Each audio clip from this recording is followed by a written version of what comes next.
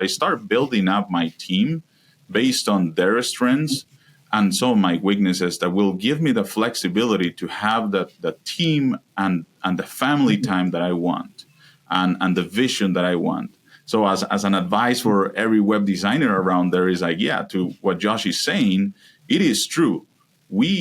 I know that you want to do everything because that's what everybody on Twitter or on LinkedIn is saying. Just be yourself and do everything yourself. But if you can find those marketing partnerships that can help you create that amazing website that you want to create, or create this amazing class that you want to create, or create this, that will be the best, because then you're not going to be sacrificing necessarily your family, because that's what happens. Then you go and you build your business from 8 to 5, and then you go and you build your business also from 7 to 10 p.m. or 11 or 12 or 1, and then you don't have that life-work balance.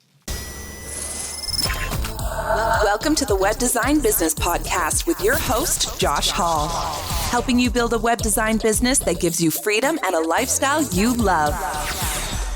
All right, web designer friend, no doubt you've heard the phrase work-life balance, but we're actually going to take a deep dive into that phrase and completely flip it around today and dive into this idea of life-work balance. Yes, the idea of starting with your ideal life, your ideal day, your ideal work, and your schedule, depending on what your life looks like, and work being something to support that and not the other way around. The idea is to help you run your web design agency and your web business without sacrificing your health and your family. My goodness, is this something that all web designers need to hear, especially those of you who are thinking about sustainability. So I'm really excited to bring on Oscar Quesada here today, who is the CEO of Lifedge. And he's somebody who is really on the forefront of this life-work balance movement, because Oscar, as you'll hear, is someone who's experienced burnout and has experienced a lot of issues with sacrificing family and sacrificing just good health principles in the sake of just doing all the work that could possibly be done. So I think there's no one else better to hear this message from, with this idea of being sustainable as a web designer. We get into boundaries and how to separate family and work boundaries, how to turn your business mind off after hours. So hand up if you're those who are in the shower, you can't turn your mind off. You're on vacation, you can't stop thinking about business. You're on a date night, you can't stop thinking about business. A lot of good tips to help you out with that here. If you do have a spouse who's in business with you, as Oscar does, you'll hear about some tips for that.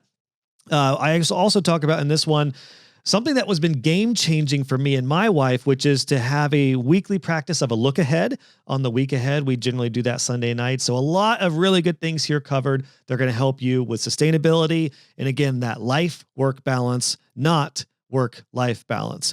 Here's Oscar. Let's have some fun on this one. And I really hope this helps you out. I would love to hear your thoughts on this one.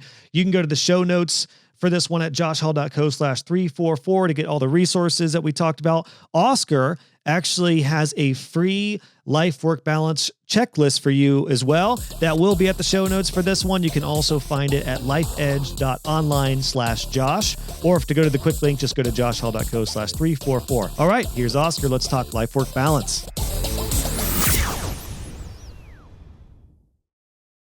Oscar, so good to have you on the show, man. I'm pumped to chat with you about this in particular because I run my business around my lifestyle. Basically, I would love to start off with that idea. Like, do you feel like there's a movement towards not making a life around your business, but running a business around your life, basically? Yeah, exactly. Excited to be here too. I just recently changed a little bit of my social media stuff and to say I'm a family man with a business, because I think family comes first, and that life-work balance instead of work-life balance.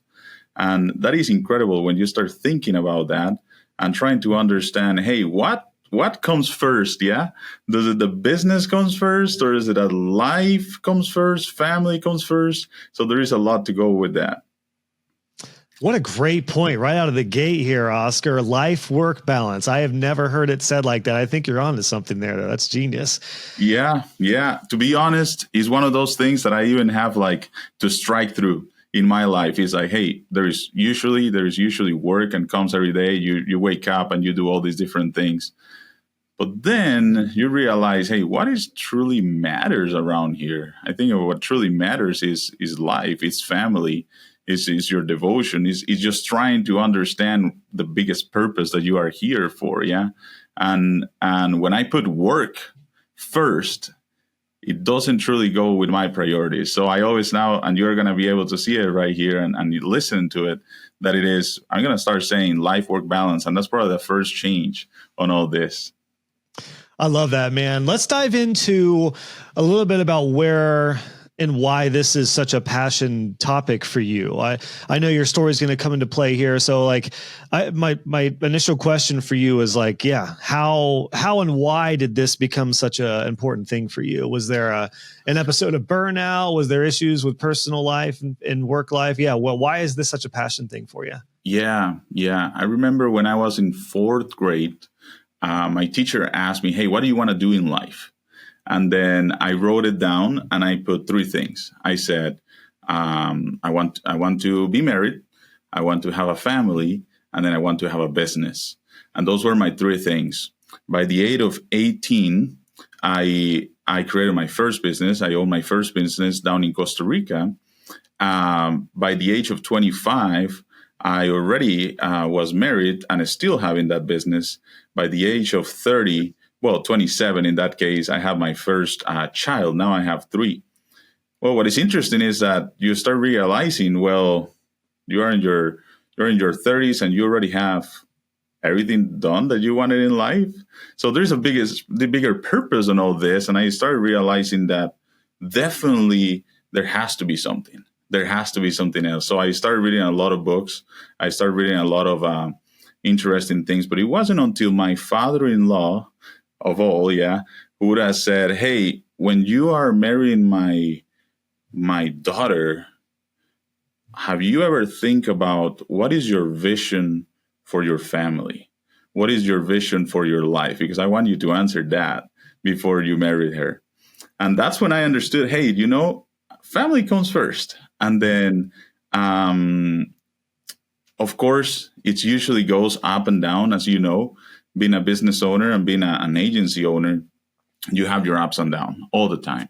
And what is interesting about it is when I created Lifedge, specifically this company 7 years ago. This is my second company that I own, second agency that I own.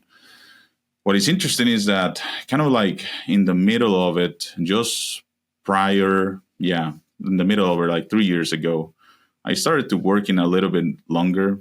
I started to miss a couple of dinners. I started to go longer over the nights, and I realized this cannot be the way. So I have a heart-to-heart conversation with my wife, and I'm like, hey, there is something that needs to change. When I moved from Costa Rica, and I know I'm skipping a lot of my story, and I can maybe share another time, but when I moved from Costa Rica to here, my health decreased quite a bit. I put a bunch of pounds of good American food, and then realized that just in decline a little bit on that health. But the reality at the end is the vision that I have for my family and the vision that I have for my business have to come in agreement. I cannot have one or the other. They need to come and they need to be really, really, really tight together. So that's the way that I run my business and I run my life. Well, it's a really interesting point and an important point too. I heard this said a while back. This is a great reminder that a lot of people, particularly entrepreneurs and business owners, create business plans, but not many people create like life plans or like vision for your life, like you very rightly said. So it's a great reminder for everybody to take a step back and make sure, just like you said, Oscar, you have a vision for your personal life and whatever that looks like, whatever that includes, family relationships, your schedule, your habits, your routines, and make sure that aligns with the business side of things. Because as we all know, as entrepreneurs, business will very quickly take up priority. And quite honestly, I've found that I've tried to give myself grace with this, because there's times where sometimes you got to hustle. And sometimes if numbers are down or there's a change in the market, if you have to pivot, sometimes there are going to be busier seasons, but it doesn't need to stay that way. So I think it's cool that you kind of caught yourself. I'm curious, that sounded like it happened on your second business. Did that happen in your first business too? Or what was the dynamic of your first business with your, we'll call it life work balance? Yeah, no. So the first business, when it started, I wasn't married. So right away, it is you, and you're coming out of college and things like this. Your life is just like, hey, this is fun and this is good, and let's just have some more time and some more money, and then you start going. It's more like a play around, yeah. But then I realized that, hey, really, when you get married, and especially as you know, when you have kids, it just changes everything in your life. It just changes the way that you think, the way that you act, the way that you prioritize things. And maybe one of the biggest moments, it was when I was on that first agency that I was owning. I read a book about marriage, and I read a book about family that said, just because you have 39 years of marriage doesn't mean that you're going to have, or it guarantees you number 40. Mm-hmm. You need to come and work for that every single day. You need to have that vision that you had when you were just joining, and when you just tying the knots together. Yeah. So that really changed me to figure out, hey, I truly need this. I truly need to step back and then look at my agency as part of my life, and not my job as the biggest portion of my life. And was there anything that led to that in that first business? Because as a younger guy, like you said, and then eventually getting married and having kids during that, were those the catalysts that made you really reflect on that? Or did you have any, or I guess one of the biggest questions is like, what was the work-life balance or life-work balance between being a single guy who could work whenever you want all the time versus, oh, now I've got a wife and now eventually I have a child. Were those the catalyst moments, or was there anything else in that first business? Yeah, it is interesting that you ask. I'm a family man, but I'm also a faith guy. And then that means that the faith that I have in God personally, that changed me a lot. So when I was the first agency owner here with a partner that I have, it was really interesting because we were working. Then I was going to college at the same time, and I even was studying for a second degree. So it was a really busy. And at the same time, I would go and play like soccer at 10 p.m. because that was the time. But what suffered the most was actually my internal family. So my mom, my sisters. I lost my dad when I was 16. And then one of the things that my dad brought was that unity from the family. So what I just started doing was being a little bit more, I don't want to say workaholic because I didn't feel like that, but I started to going away more and more of the home. And I was using more like home being like a hotel than a home. Yeah. So when I created the business at the beginning, we talk about that, and we start thinking about it. It was more like me and my partner. He was a graphic designer, I was a web designer. So he's like, hey, let's come together. I actually asked my mom for $80, and then we went to GoDaddy, and hey, let's put a domain right there, create a WordPress site, and we're ready to go. We're rock and roll, yeah. And then let's go and find clients now. And it became really obvious to me that I was just searching for money. I was just searching for connections, for professional connections, and trying to get up there. With the mentality of the business for the second agency that I own, that I started in 2017, I was working with a company, and then that company closed down. They went bankrupt. And then at that time, I was actually starting, my wife was pregnant. And then my son at that time, she was still in the tummy, but then he decided to come a little bit earlier than expected. So, but this is like, imagine like in March, he came in May. I had like March and April to work on starting the business. And then all of a sudden, my little boy comes at 33 weeks old. And I am like, I haven't even held a baby in my life, and I don't even know what to do. And I am in a hospital with answering client calls and being like, hey, I need a break right now. We're doing this website. I know we have this tight deadline, but we're going to have to move it a little bit. And I think that is one of the parts. And just going back to the original question that you have and an original comment that you made, many times we don't express those things, and many times we don't know how to communicate with clients or even with our own wives or with our children, the expectations. Like you said, there are seasons in life. So that means that many times, hey, there is a season in life to maybe work a little bit later because you have tight deadlines. But there's other times in life that it is okay to take a step back and be like, hey, I need to find that balance. Does that make sense? Yeah. Oh, absolutely. So you had am I right in saying that you had your first kiddo at the start of your second business? Is that right? Okay. Yes. Okay. Your first business, what were you doing in the first business? Was it marketing services, websites? What was like your suite of services? Because I think this may help set some context for creating balance depending on what you do. Yeah, exactly. So it was an agency. So basically full service. But the reality is we didn't know specifically. We were just going and doing websites. Okay. And it was that time when the boom of Facebook started. So 2008, 2009, around there, where people were saying, hey, you need to have a social media profile. You need to have a social media page instead of a social media profile. Yeah. So we added those into the mix. But we were really inexperienced with even WordPress and stuff like that. So our websites will take quite a bit long projects. And then living in Costa Rica, everybody is relaxed and pura vida and stuff like that. And it's like, hey, so they don't go in the pace that the Americans go, And what is really interesting about it is that then projects will take a long time.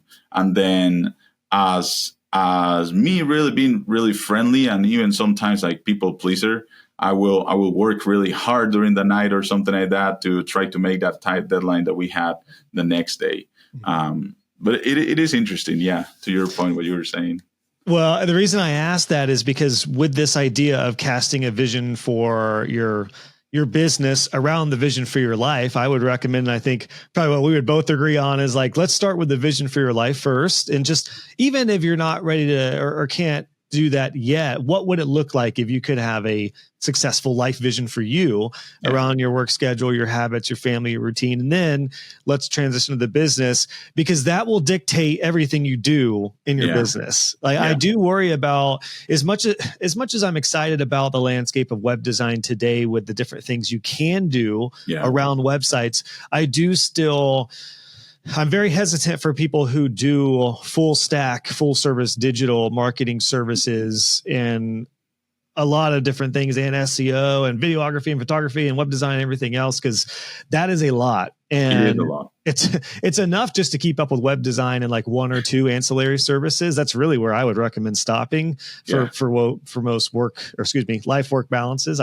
This is a great training for me to use that term. What are your thoughts on that though? Did that factor into your next business here with Lifedge to really think about like life first, then business, suite of services, all that? Yeah. So let me tell you this. There is another phrase that changed my life and changed the way that I do business now. And that was a phrase that it says, there are only two roles basically in life that you will never be able to outsource. One, being a husband. Two, being the father of your children. And those are the only two things that you cannot outsource in life. It depends on you, is your purpose, is your calling, and you need to be there for them. They are counting on you. So when I created Lifedge, I started as a web design company. So I'm like, okay, well, I'm always looking for the best website ever. I created websites and I'm like, which one is that website that will work completely for a website? So I started as a web design company. And then realize, hey, what you need, it is really good photography, because a stock photography kills the website and stuff like that. So I started to partner with photographers that they will come in with me and take pictures for the website. Then also, like you imagine 6 years ago, it was the boom of having background videos and about us videos and putting all the videos. So I was like, okay, well, I also need a videographer to go with me. And then I will include that on the quote. And I'm like, okay, now I have a good website that I know how to design, but I also have these marketing partnerships that come alongside with me on photography and videography. well, then I'm still in the search for the best website. And I start realizing, okay, just not only that, has to be also around SEO. Yeah. So how about if I found an SEO expert and I went and I try, and I'm a certified SEO guy, from those one of those SEO specialists, credentials and stuff like that on the internet. But I realized, hey, I don't want to do this full time necessarily. And I know there is probably people that really, really enjoy this. And if I want to spend more time with my family, I need to probably bring somebody with me here. So I brought an SEO expert and again to the table. And what I'm saying here, I start building up my team based on their strengths and some of my weaknesses that will give me the flexibility to have the team and the family time that I want. And the vision that I want. So as an advice for every web designer around there is like, yeah, to what Josh is saying, it is true.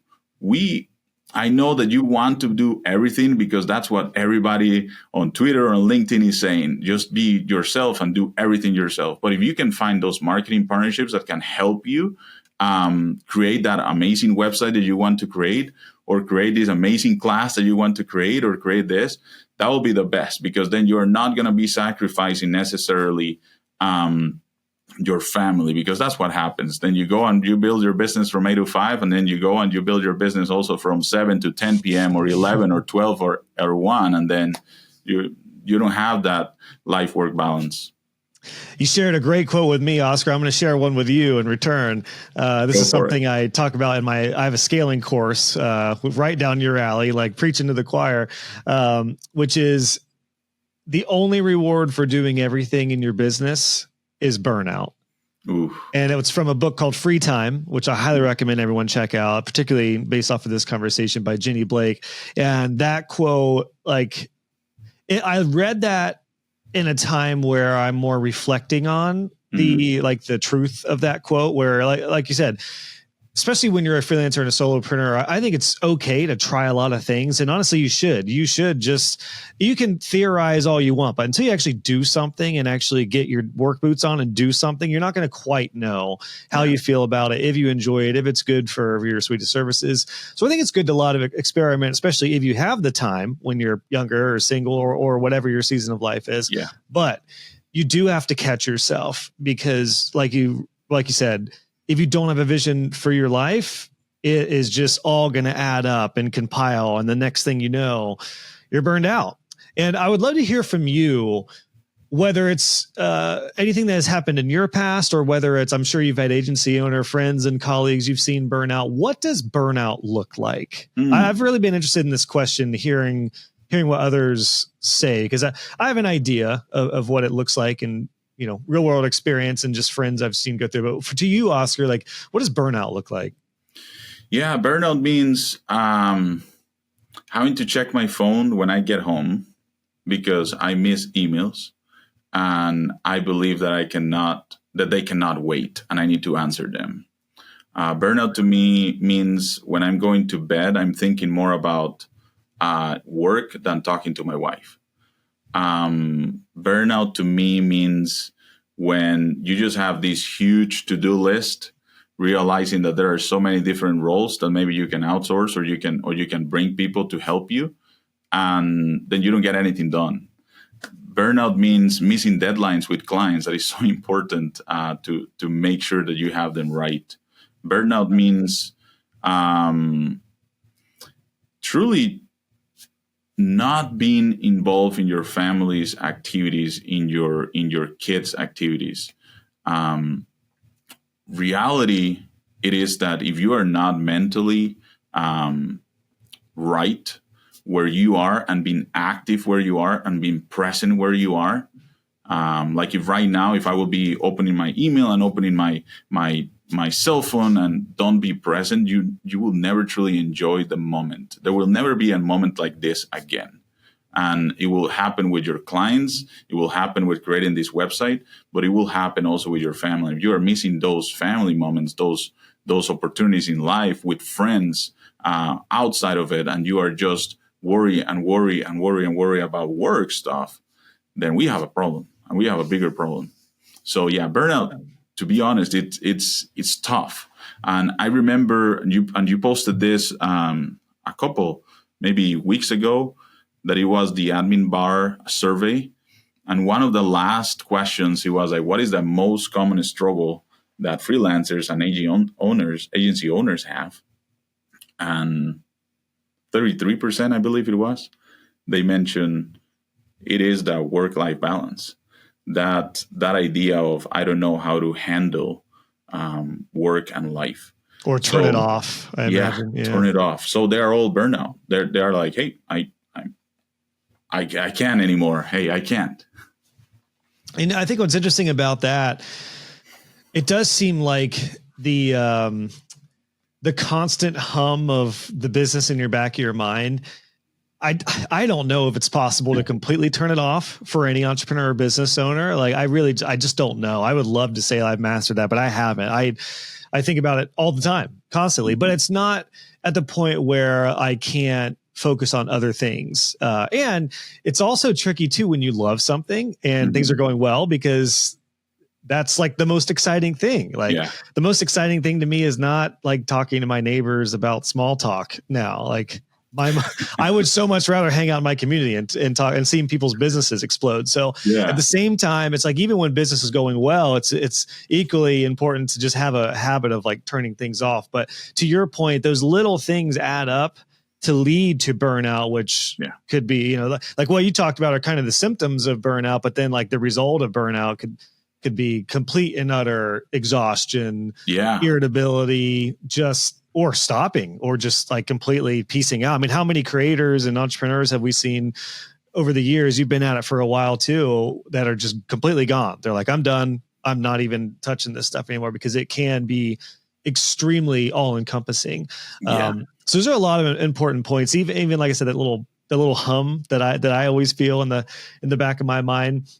For me, it goes back to another quote, which is, wherever you are, be there. Yeah. And oh my gosh, like you said, Oscar, when you're with your family, when you're off the clock, be there. I can't, that's a constant weekly challenge that I have for myself as well. Yeah. And it's a balance. Yeah. So not every day your business is great. Not every day your business will be bad. So there is a balance, and there is seasons in life. And what I always go to is show up, and then go there and put on your work as much as you can, but then put the same amount of work or even more when you're at home, because that is truly what matters. Yes, I understand. I understand there is a lot of different things, but truly it is that at the end is like, I believe many different times we work so much harder on our business than what we are thinking about our vision or our family vision or how are we raising our kids or things like that. So many times we're expecting to go home at 5 or 6, whatever you come home. And I've heard so many different stories about CEOs and business owners of saying, hey, no, I just got home like at 8. I didn't even have dinner with my wife and with my children. And I'm like, that's exactly not what I want to do. I also when I started Lifedge, I said to myself, hey, I want to have a business so I can prove that you can have a business and not lose your family.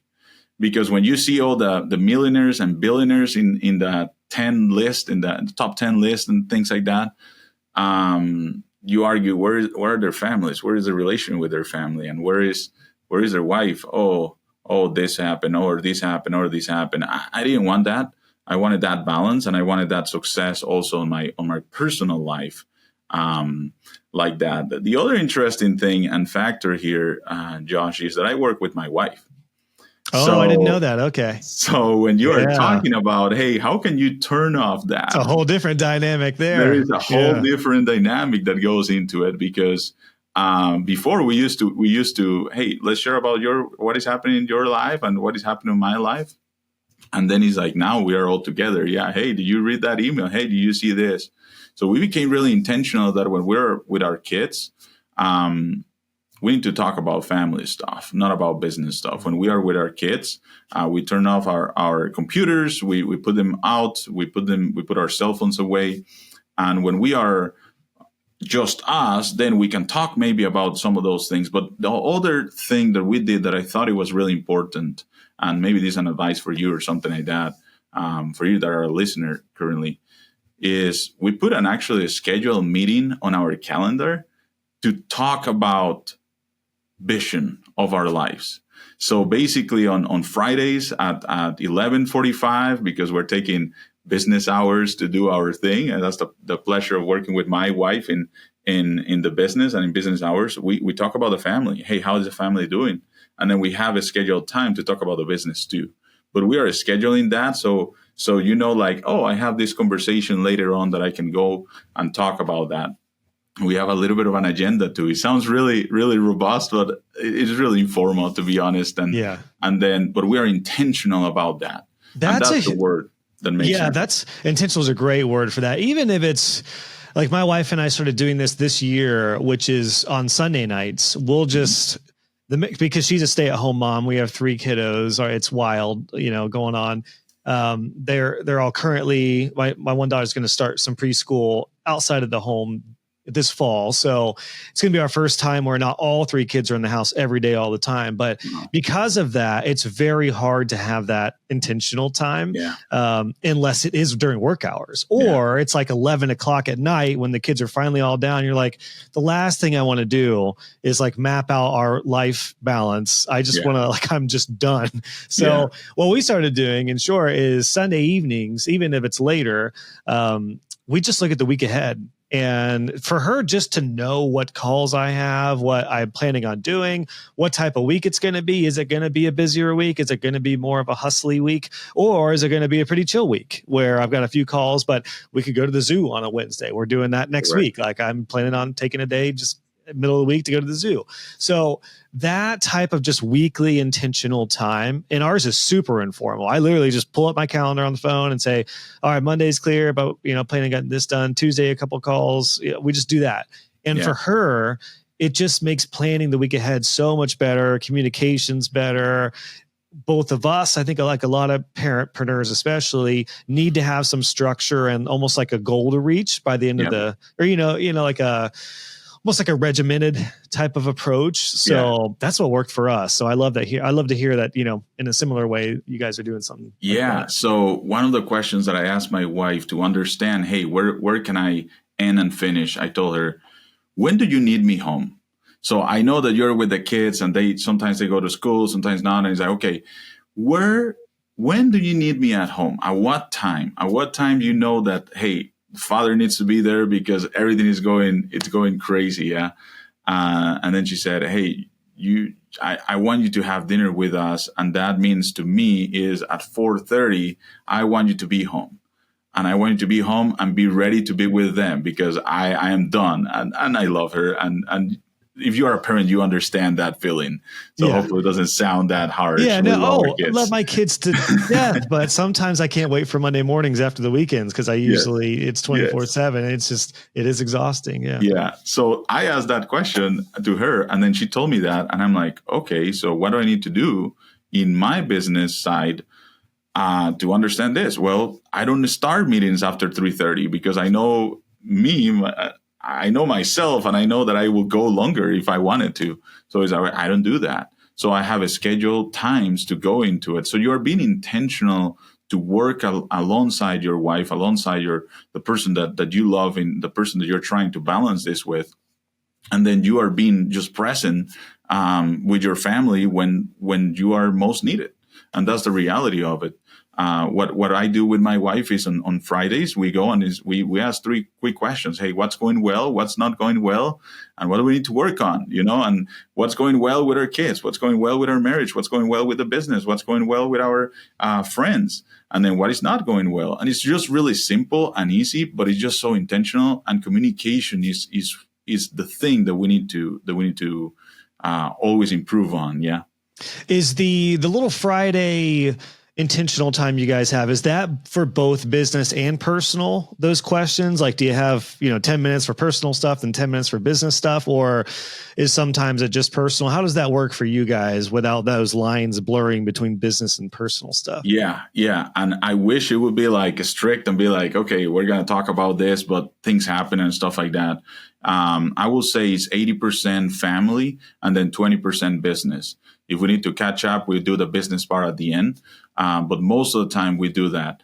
Now we work together. So my wife is project manager, is account manager too. So we need to always be in contact. So we talk a lot during here.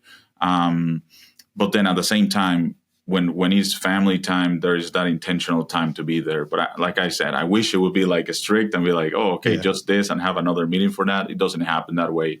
There is a balance on that. I would imagine working that tightly together throughout the week, you're probably going to cover a lot of the business stuff during the week. So when you do have that intentional Friday time, I imagine that is the time to talk family stuff and goals and plans and everything else ahead. Exactly. And when you are working with her, business comes first, because then we're working, and then where is the intentional time to talk about our family vision and stuff like that. So that's what it matters. I have to ask the elephant in the room question for anyone who has worked with their spouse in particular, which is when there are the inevitable moments in business where she missed something, or there's a miscommunication, or she has a different vision, you have a different vision. Basically, if you're in a tiffy in business, how do you not take that home? It's a work thing. So one of the things that we did, and I think it is intentional and it is really, really good, is first we took the office out of the home. Now, for some of you, that doesn't work, and that's okay. But we have an office. And then actually the other second thing is we got separate offices. So what that means is like, hey, she has her space, I have my space. If we need to talk about it, I go to her office and we talk about it. But as soon as we go home, again, our vision is to be present with our kids, and we need to talk something about later on, then we will talk about it. But most of the time that stays here. There are some things that we need to talk, and it blurs the lines of, hey, was this a struggle personally that you had, or was this professionally?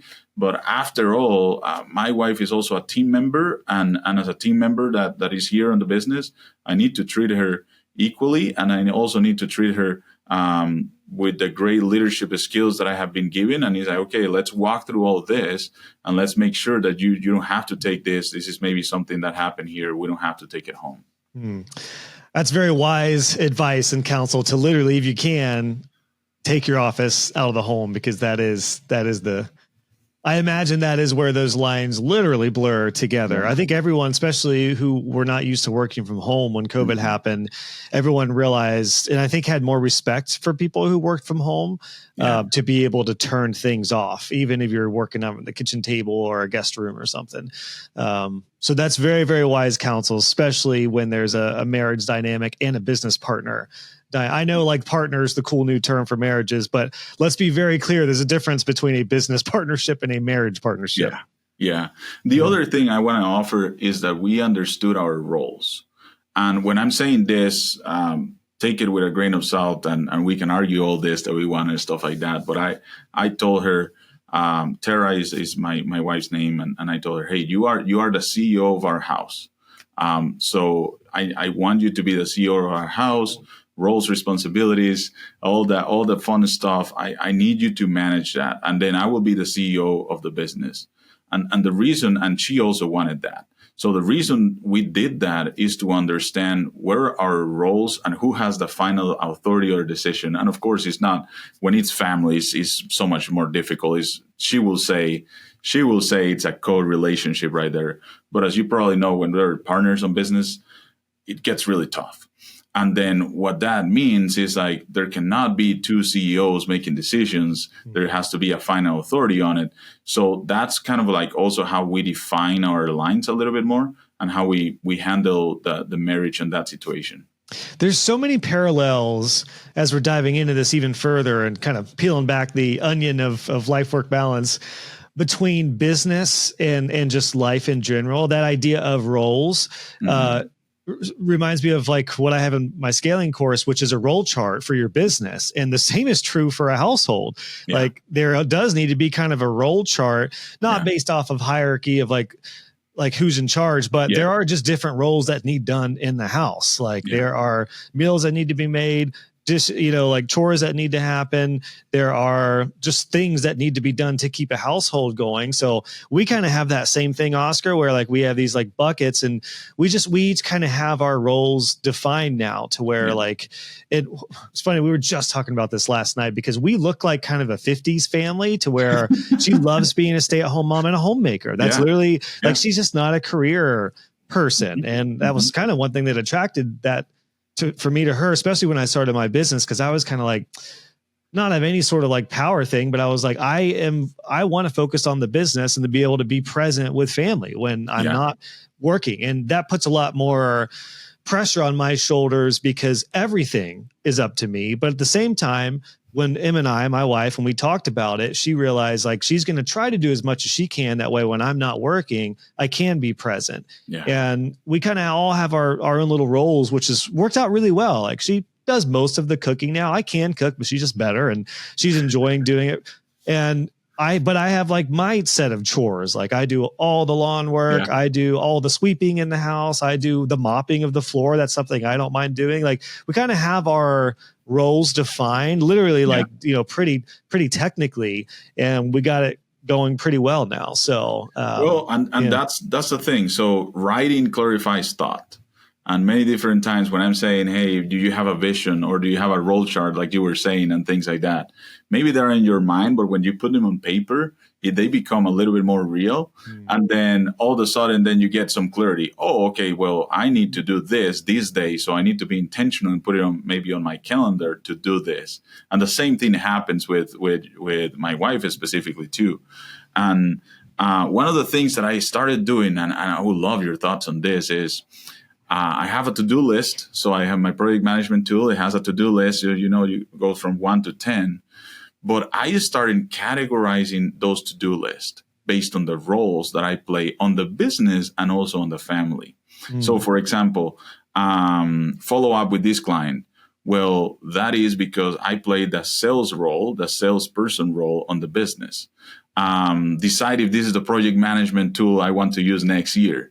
Well, that is a CEO decision or a COO decision that I also play in the business, because in a small business, you're always putting so many hats. But on like, for example, in the family environment, it also works that way.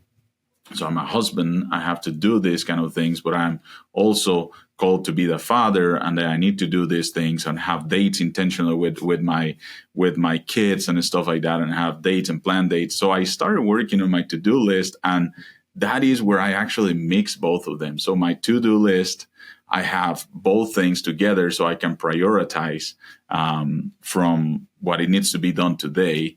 It doesn't matter if it is business or if it is life stuff. That's interesting. Yeah, I didn't really think about mapping out like a to-do list like that. We're certainly a little more casual when it comes to like, it's probably in our heads as far as like the to-do things family-wise. But thinking about it, I will say this, when it comes to these parallels between business and family life and being wary about how they merge together, one thing I have learned that is just as important for family that I heard years ago as a business principle is that in order to grow a business, you need to always do two things: market and innovate. Like you've got to market your business, you've got to sell, you got to refine and make it sellable and interesting and sexy in a sort of way. And then you got to innovate. You got to try new stuff. Sometimes you need to drop old services. Sometimes you need to add new services. Sometimes things are working well. Sometimes they're not. Same thing, especially in a marriage. I've literally applied the marketing and innovation to particularly a marriage and the same thing with kids too, keeping them interested in doing new things. It's like you have to market, meaning you got to freaking date your wife, dudes. Take your freaking wife out on a date. Like, I am shocked about how many friends I have who are married and they're just not doing great in their marriage. And a couple times I've been like, well, when's the last time you guys have gone out? And they're like, well, we went to dinner. I was like, well, did you go to dinner or did you like take her on a date? Because if you take her on a date, she will be thrilled about that, especially if it's been freaking 3 years. So like, it can be as simple as that. Very timely. Literally tonight, we're going on the date night. My mom's taking the kids and we are not going out to dinner. We're going for a date. Like, if you make it special and you market and you do that over and over, especially when you get into years of marriage, you have to spice things up. in all sorts of ways. And going on a date could be as simple as that. And then you got to innovate. Like you need to literally like try new things, get out of your usual routines and what's working, what's not, especially depending on the season of life you're in with kids and everything. So all that to say, like marketing and innovation, just as important in family as it is in business that I've found. That's awesome. That's a great one. It reminds me of the phrase that I said just a couple minutes ago, that it was like, just because you have 39 years doesn't guarantee you 40 years of marriage, because you still need to date your wife every single day and you still need to keep going. That is awesome. I love that market and innovation. And I think that is what it is when you own a business, and especially a marketing agency or any type of marketing, with everything that is going on right now in our world with the increase of AI and all these different things. You need to be constantly innovating, but then you also need to be testing things, and then you also need to be analyzing, and you also need to be optimizing, and you need to be creating your own processes. Yeah. So I love that, what you just say. And it's funny I was thinking like, I mean, gosh, so many, I feel like marital problems especially could probably go down to just not doing anything new or fun, or, being intentional, like you said. And I do think it's just, maybe this is more recent, like over the past couple decades, maybe there's been a different wave as far as this idea of like pursuing your relationship over and over and over again. Cause I do think there's this idea of like dating and pursuing something early on. And then once you get the girl, then you just kind of stop. But like, that's the time to actually pursue more and more. It's literally the same framework and idea that I teach my students for their current clients who are paying them monthly for hosting and support and care plans. It's like, don't get comfortable. Spice it up. Tell them like you're offering something new, or offer strategy calls now, or let them know, hey, there's something new going on and we want to make sure you're prepared for this. Like, as soon as you get comfortable in business and life, we all know comfort does not lead to prosperous places. So being like comfortable is why a lot of clients are like, I don't even know what Josh and his team are doing anymore. We'll move on. I had that happen to me many a time. Every agency owner has had that happen, where you lose a contract, especially if it's ongoing, because they just didn't quite know what you were doing. You weren't marketing, you weren't innovating. And I guarantee on the relationship side of things, same thing with kids and family relationships, all those relationships, if you don't have intentional time to pursue, they're going to suffer. They're going to fizzle. Yeah, that is so true. I will say it is just crazy how we just get too comfortable when it is with our families. Too comfortable. We just get into this routine of just, having maybe sometimes even breakfast together, or sometimes even dinner. And that's the only things that we do with them. And in marketing too, I cannot agree even more with you. We are always looking for that monthly recurring revenue, as marketing agency owners. But we don't put the work on the relationship. We don't put the work on actually building up that relationship, understanding what are the problems, understanding our solution, understanding if that solution that we are offering, it is actually making a difference in their lives. So all of a sudden it goes 6 months, or for some people it's like years. And then I have these calls all the time. Oh, I don't even know what they do. Oh, I enroll into that, but I don't know. This seems like this is what they're supposed to be doing, but they're not doing. I hired this agency and they're on the other side of the country. I have never talked to them. I don't know about it. It's just so interesting to me, because the way that I build the business is relationship driven. It's a partnership. It's coming together to help you. And that's the idea of the marketing agency, that to me, to be successful is that. But in family side is the same way. You need to be intentional every day. Let me tell you one example of how I do that. So we intentionally take our kids to school, and meaning like we drive them to school. And the reason why is we saw all these different stats and stuff like that. Most of the bullying in the schools happening in the school buses. So when they go in and to the school, that's where most of the bullying happen. And when they come back, most of the bullying happens too. So we're like, how about if we take those 7 to 10 minute drive and we just become intentional with them? Instead of then maybe being on their headphones or something like that, how about if we just talk about life?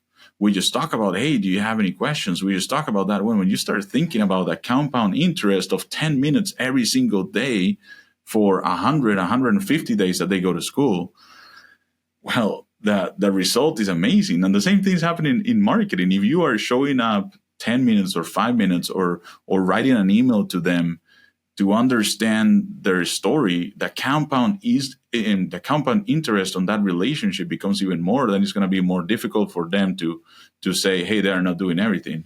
I just literally sent an email to one of our clients. I just saw that they just got like a couple of nasty reviews, Google reviews, and we're not necessarily hired to go and respond by them. There's some people that are offered that.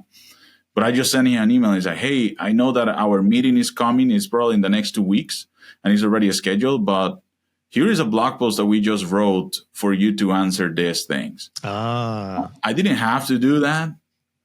But just a friendly helper that I am, I'm like, hey, maybe you need this at this exact moment.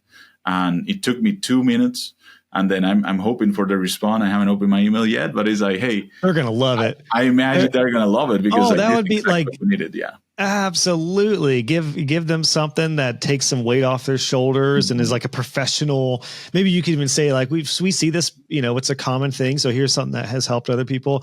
That's genius, man. The point is that I love that you're making is it's like the small stuff that could be done in a few minutes that make the biggest difference, especially when they compound. I'm so glad you prompted me for this because I had this thought earlier and I completely lost it.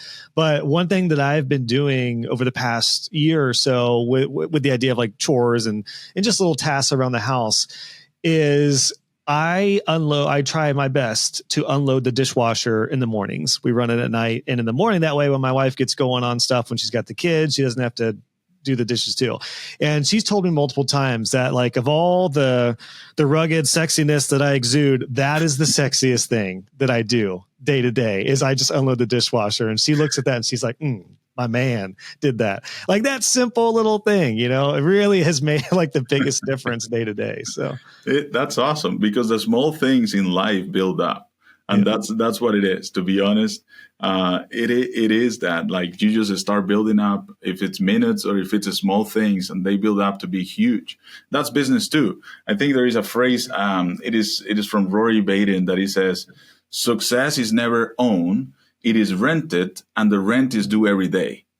And that is like, okay, well, you never arrive there, like you're always like, when you're feeling comfortable to go back to that idea, well, maybe you don't get too comfortable because tomorrow is a different day. And with family stuff, it's the same way. Yeah. So you need to be sexy every single day, not just one day of the week. That's great. Oh, I'm going to clip that out for the socials here, Oscar. There it is. While we're wrapping this up, I want to make sure to give you an opportunity to make sure there isn't like a big talking point that we haven't talked about that you're super passionate about. The last thing I want to do is end this call and you being like, oh man, I wish we talked about this. Is there anything else as we get ready to wrap this up that you're like, we got to talk about this with this idea of not sacrificing your family for your business? Yeah. I believe there is an influence point when you truly make a family vision. Like when you truly think about what is my family it's going to be in 10 years.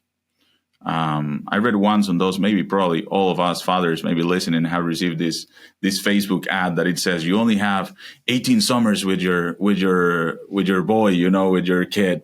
And then you're like, wow, this is 18 summers. And I'm already looking at it. I'm like, man, I only have 11 more. What am I going to do with that? But everything that is just basically saying it is like, what do you want to do with your life and how do you can become like intentional about that?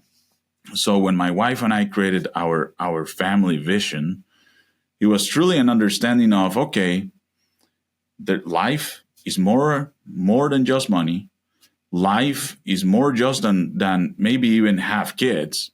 life is just more than even just being married. So what is around there? What do we really want to do? What do we want to do with the profit of our business? Do we just want to save it? Do we just want to invest it? Are we living for retirement, or are we living for today? These are important questions to ask every single day and trying to understand. And we are really intentional every 6 months we have a paper. It's like an 18-page document that we bring up every 6 months. And we talk about it. Hey, this is our vision. In December of 2030 is right now. We have been in the 5-year journey.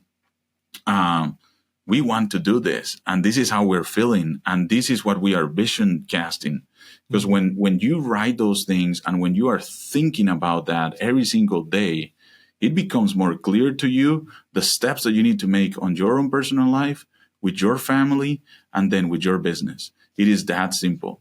It is a big step. It is a big step. So not that I don't want to put a lot of emphasis on that, but I will say that that's probably one of the things that helped me the most and helped me understand that. I just want to share this. I know you had a tough time with one of your children a couple years ago, and it started and it's still going, and it's coming up. And I was even like choking up to one of your last episodes and things like that. But last year we had one of those scares with my wife. And one of the interesting things about that is she had a brain tumor, and then thankfully now everything is great. But one of the things that we were talking about is, well, what happens if you died? How do you want me to raise this family? And think about it. If you ask yourself that question right now, what do you want our kids to remember from you? How do you want us to be, and what do you think is the non-negotiables that I should keep doing? Because if she dies, I'm not going to be able to talk about with her every Friday. I'm not going to be able to talk with her about these things. And we were just really intentional about building up that family that we wanted to build. I'm usually really. I try to go against culture in a lot of different things. And one of the things that I struggle with, it is the idea of that everybody's waiting until they are 18 so that their kids can leave. And I believe that is not necessarily healthy.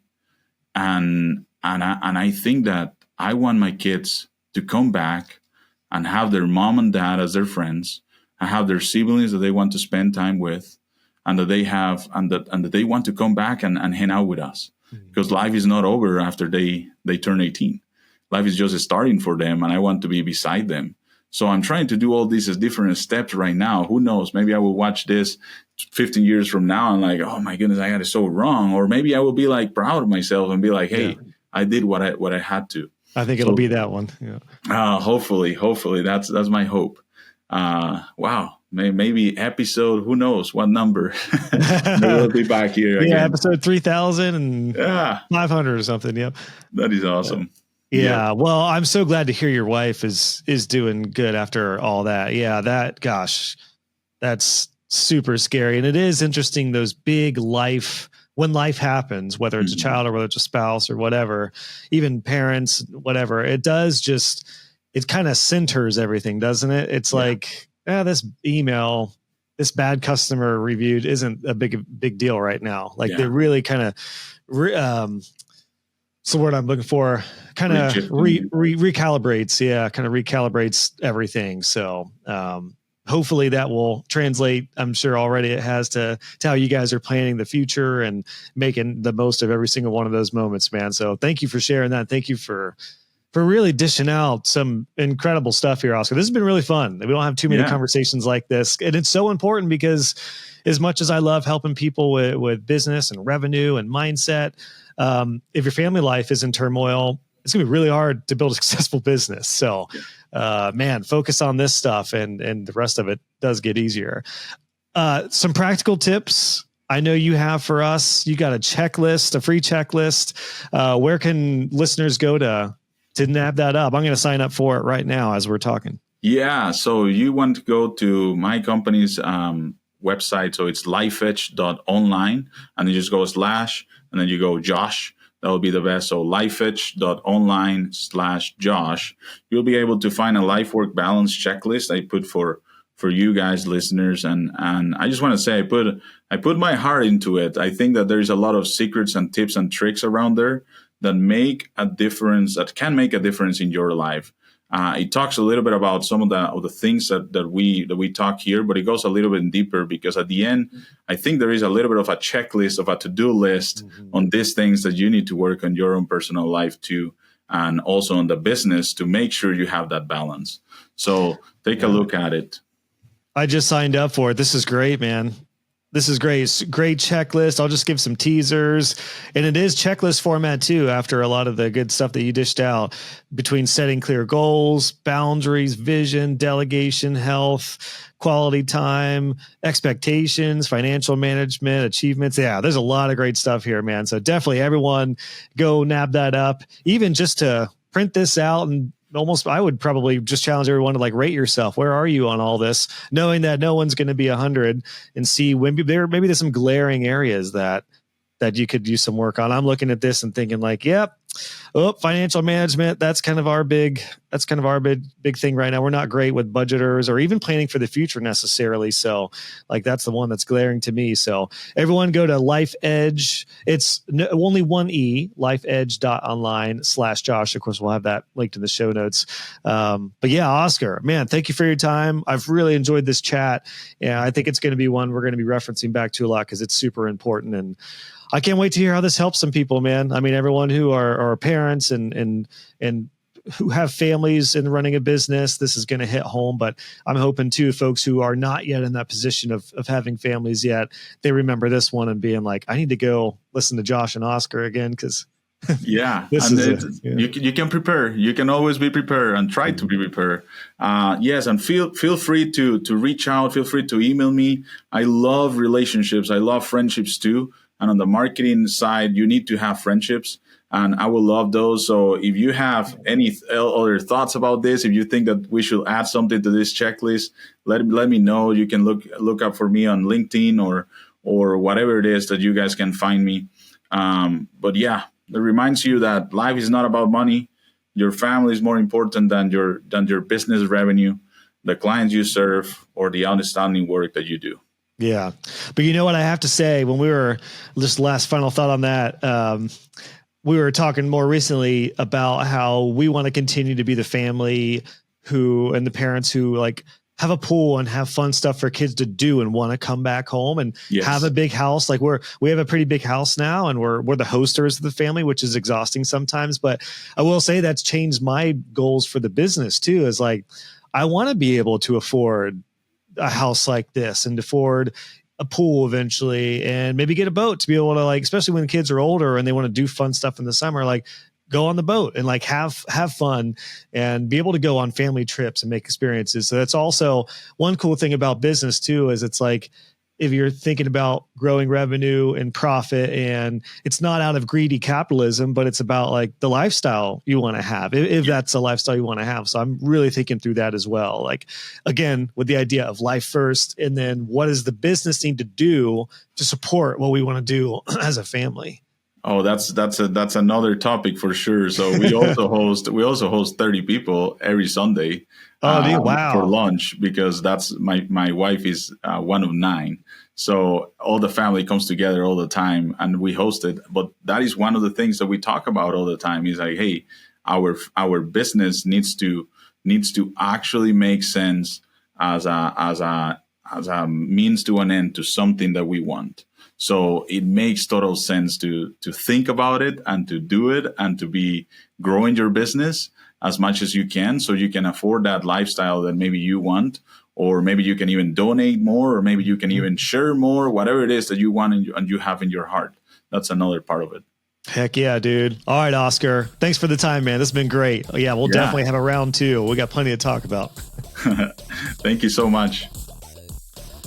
Yeah, friends, I hope you enjoyed this one. Life, work, balance, baby. I love that. It's just simple, just switch. I mean, you could look at this term work-life balance, and what do you know? Just literally moving that word over first, life work.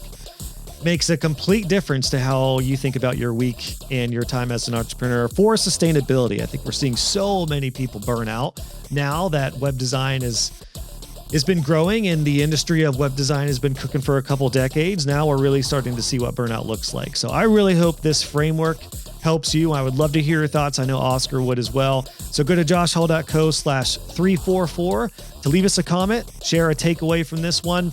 And again, Oscar has a free, I think it's a 10-step action plan because I actually checked it out right after we talked. You can go to joshhall.co/344. That will be linked there. You can check Oscar out at Lifedge with one E in the middle, .online, and go to /Josh to pick up that free guide. Big thanks to Oscar for sharing a lot about what he's learned in his journey of being a family man first, entrepreneur second, and how to keep those balanced. I really learned a lot on this one, and I hope you enjoyed it too, and I hope you had some good takeaways. So I can't wait to hear from you. joshhall.co/344. Thanks for joining, friends. I'll see you on the next one. More good ones to come.